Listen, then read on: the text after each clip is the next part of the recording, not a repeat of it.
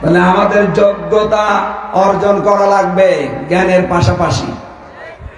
আল্লাহ বলেন ওয়াদাল্লাহুল্লাযীনা আমানু মিনকুম ওয়া আমিলুস সালিহাত লা ইস্তাখলিফান্নাহুম ফিল আরদ। সূরা নূরের ভেতরে আছে 55 নম্বর আয়াত। আল্লাহ ওয়াদা করছেন তোমাদের ভেতরে যারা ঈমান আনবে আর যারা আমলে সালেহ করবে, মানে যোগ্যতা অর্জন করবে, এই মানুষগুলোর সাথে আল্লাহর ওয়াদা তাদেরকে জমিনের শাসন ক্ষমতা আল্লাহ দেবে।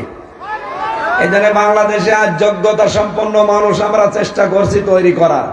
যে বিভাগে যাবেন আপনাকে যোগ্যতা হওয়া লাগবে এবং সৎ হওয়া লাগবে।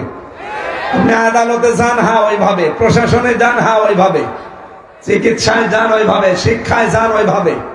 যদি এভাবে তৈরি করতে পারি আমরা, মাত্র 1628টা মানুষ লাগবে। কয়টা বলেন বলেন?